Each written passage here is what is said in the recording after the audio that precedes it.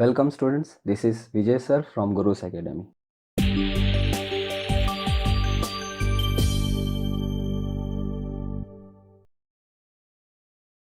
इस वीडियो में हम बात करेंगे लिनियर कोरिलेशन यानी रैखिक सहसंबंध के बारे में। इंट्रोडक्शन। 11वीं कक्षा में मेजर ऑफ सेंट्रल टेंडेंसी यानी मध्यवर्ती स्थिति के नाप, डिस्पर्शन यानी अपकिरण, स्क्यूनेस यानी विषमता इत्यादि अध्याय में हमने मात्र एक चल के लक्षणों का अध्ययन किया। अभी तक हमारा अध्ययन एक चल के वितरण तक सीमित था, परंतु अधिकांश परिस्थितियां ऐसे उपस्थित होती हैं कि जिसमें दो या दो से अधिक चलों का संयुक्त अध्ययन इच्छनीय व आवश्यक होता है। जैसे कि हम किसी कंपनी की किसी एक वस्तु की वार्षिक बिक्री का अध्ययन कर रहे हों, तो साथ साथ कंपनी के लाभ के विषय में भी जानकारी प्राप्त करने की इच्छा रखते हैं, क्योंकि उस पर से इन दो चलों जो है उत्पादित वस्तु की बिक्री एवं उससे होने वाले लाभ, इन दोनों के बीच में कैसा और कितना संबंध है उसे जान सकते हैं। किसी क्षेत्र की वार्षिक वर्षा और चावल की उपज, वस्तु का मूल्य व उसकी मांग, परिवार की आय और खर्च इत्यादि कुछ परिचित उदाहरण हैं जिनमें चलों के युग्म के बीच संबंध दिखाई देते हैं। एक चल की सूचना एकत्रित करके प्राप्त किए गए उसके वितरण को एक चलीय वितरण यानी यूनिवेरिएट डिस्ट्रीब्यूशन कहते हैं। जैसे कि किसी एक विषय में विद्यार्थी द्वारा प्राप्त अंक, किसी कंपनी में कार्य करने वाले व्यक्तियों की मासिक आय, स्टेट ट्रांसपोर्ट की बसों के ड्राइवर की आयु का वितरण। उसी तरह से किसी इकाई के दो भिन्न भिन्न लक्षणों की एक ही समय पर एकत्रित की गई सूचना को द्विचल सूचना यानी बाइवेरिएट डेटा कहते हैं, और उस पर से प्राप्त उसके वितरण को द्विचल वितरण यानी बाइवेरिएट डिस्ट्रीब्यूशन कहते हैं। जैसे कि वस्तु का मूल्य व उसकी पूर्ति, किसी एक समूह के परिवारों का मासिक खर्च व बचत, पति की आयु व पत्नी की आयु का वितरण। यानी कि अगर हम एक चल की सूचना प्राप्त करते हैं और उससे वितरण तैयार करते हैं तो उसे एक चलीय वितरण यानी यूनिवेरिएट डिस्ट्रीब्यूशन कहेंगे। यदि किसी इकाई के दो भिन्न भिन्न लक्षणों के बारे में कुछ सूचना एकत्र करते हैं और उस पर से वितरण तैयार करते हैं तो उसे बाइवेरिएट डिस्ट्रीब्यूशन यानी द्विचल वितरण कहते हैं। Meaning and definition of linear correlation यानी रैखिक सहसंबंध, अर्थ व परिभाषा। अधिकांश परिस्थितियों में दो चलों के मूल्यों में एक साथ परिवर्तन होते देखा जाता है। दो चलों के मूल्यों में एक साथ होने वाले परिवर्तन मुख्य दो प्रकार के हो सकते हैं। जब दो चलों के बीच कॉज इफेक्ट यानी कार्य कारण का संबंध हो, that means there is a cause effect relation between two variables. Second है किसी अन्य कारण के प्रभाव से उन दोनों चलों के मूल्यों में परिवर्तन होते हों।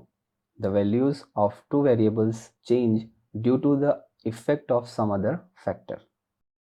किसी विस्तार की वार्षिक वर्षा और चावल की उपज के उदाहरण में अधिकांश रूप से वर्षा अधिक हो तो चावल की उपज भी बढ़ती है, और यदि वर्षा कम होती है तो चावल की पैदावार भी कम होती है। अतः यहाँ वर्षा जो है वो कारण यानी कॉज है, जबकि चावल की पैदावार कार्य है यानी इफेक्ट है। उसी प्रकार किसी व्यक्ति की आय समान रहती हो तब उसका खर्च बढ़ने से बचत घटती है और खर्च घटने से बचत बढ़ती है। यहाँ खर्च कारण है जबकि बचत कार्य है। उपरोक्त दोनों उदाहरण में दोनों चलों में होने वाले परिवर्तन कॉज इफेक्ट यानी कार्य कारण के संबंध का निर्देश करते हैं। अब हम देखेंगे सहसंबंध यानी कोरिलेशन। यदि दो चलों के मूल्य में प्रत्यक्ष या परोक्ष कार्य कारण यानी कॉज इफेक्ट के कारण एक साथ में परिवर्तन हो तो उन दोनों चलों के बीच सहसंबंध यानी कोरिलेशन है ऐसा कहेंगे। If there are simultaneous changes in the values of two variables due to direct और indirect cause effect, then it is said that there is correlation between two variables. यानी दो चल के मूल्य दिए हों, वो चाहे डायरेक्टली या इनडायरेक्टली, अगर उनमें कोई चेंजेस आते हैं तो हम कह सकते हैं कि उन दो चलों के बीच में सहसंबंध है। जब दो सहसंबंधित चलों के मूल्यों को आलेख पत्र पर प्रदर्शित करें और उस आलेख के बिंदु एक ही सुरेखा पर आए हों अथवा किसी रेखा के अत्यंत समीप में हों, तब ऐसे सहसंबंध को रैखिक सहसंबंध कहते हैं। जैसे आप यहाँ पर डायग्राम देख सकते हैं, इस आलेख में सारे बिंदु एक ही रेखा पर आए हुए हैं।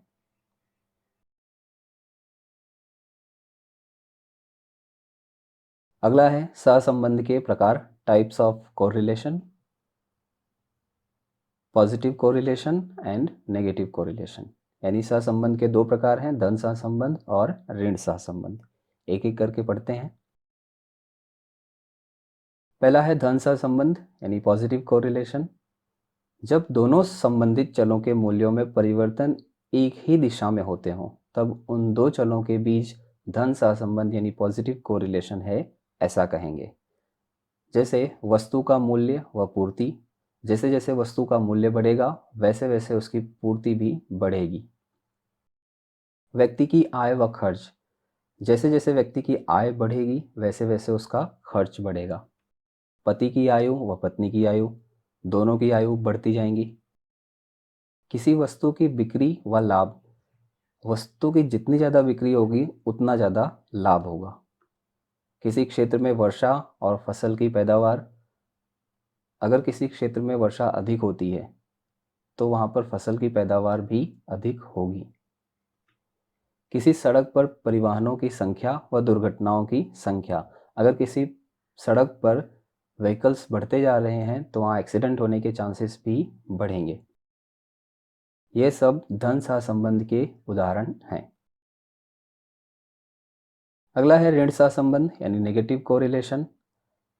जब दोनों सहसंबंधित चलों के मूल्यों में होने वाले परिवर्तन एक दूसरे के विरुद्ध हों, तब उन दो चलों के बीच ऋण सहसंबंध यानी नेगेटिव कोरिलेशन है, ऐसा कहेंगे। जैसे वस्तु का मूल्य व उसकी मांग, जैसे जैसे वस्तु का मूल्य बढ़ता जाएगा वैसे वैसे उसकी मांग घटती जाएगी। व्यक्ति का खर्च व बचत, जैसे जैसे व्यक्ति का खर्च बढ़ेगा उसकी बचत घटेगी, और जैसे जैसे खर्च घटेगा वैसे वैसे बचत बढ़ेगी। ठंडी के दिन का न्यूनतम तापमान व गर्म कपड़ों की बिक्री, समुद्र की सतह से किसी स्थान की ऊंचाई व उस स्थान में हवा में ऑक्सीजन का अनुपात। समुद्र की सतह से जैसे जैसे आप ऊपर जाएंगे वैसे वैसे हवा में ऑक्सीजन का अनुपात कम होता जाएगा। तो ये सब ऋण सहसंबंध के कुछ उदाहरण हैं। यहाँ पर आप देख सकते हैं, जब एक चल का मूल्य बढ़ेगा तब दूसरे चल का मूल्य घटेगा। सहसंबंधांक, कोएफिशिएंट ऑफ कोरिलेशन, इसके बारे में पढ़ते हैं, क्या होता है ये। दो चलों के बीच के रैखिक सहसंबंध की घनिष्ठता यानी इसकी स्ट्रेंथ के नाप को सहसंबंधांक यानी कोरिलेशन कोएफिशिएंट कहते हैं, जिसे संकेत में R द्वारा प्रदर्शित करते हैं।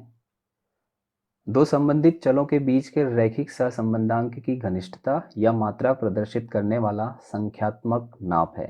यानी सहसंबंधांक जो है वो दो संबंधित चलों के बीच में रैखिक सहसंबंधांक की घनिष्ठता या मात्रा प्रदर्शित करने वाला संख्यात्मक नाप है। इस नाप को सर्वप्रथम कार्ल पियर्सन ने निर्देशित किया था।